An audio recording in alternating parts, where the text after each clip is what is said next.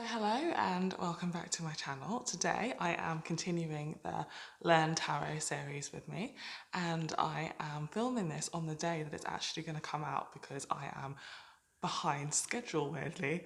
So today we are looking at the Tower card, right? So I put out a little teaser short video a couple of days ago if you want to check that out, basically saying, are we all afraid of the Tower? Because look at it. It's a scene of two people kind of flung out of a tower that has kind of had the top kind of burst out of it or exploded, right? So it's a very, very, very dramatic card.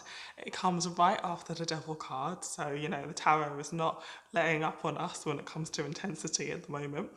And so what does it mean? Well, as you can see, they've kind of been flung out, right? So there's a feeling of things not being in these people's control. And as it's a major arcana, we know that this is the energy of the universe stepping in. So this is basically when a big, shocking kind of surprise happens. Usually it may not necessarily be a surprise for the better. It's the kind of thing of you're in this job that you don't like, and then all of a sudden there's massive redundancies and you're made redundant, and you're like, because the control has been taken out of you. And the reason I use that example is because you didn't like the job in the first place, right? So this tower is actually in your greater good, even if it doesn't feel like it, because in that moment you're going to be like, how am I going to pay my bills, right? That's the energy of the tower. It comes in as a big dramatic change to completely change your circumstances, and it probably looks absolutely terrifying, but actually it's always for your highest good. Sometimes the tower will come in and it'll be a good thing, but it will feel terrifying, right? You know what it's like when, I guess, maybe you've decided to have a baby and you're excited about it, but you're also scared because it's a big major life change. These are all the things that the tower comes in to show us. I kind of always am interested in how it's two people, because oftentimes this energy is affecting two of us at the same time. So you and a romantic partner, right? Or you and a family member, or, there's something about two people in this most of the time, but not always. What else can I say about it?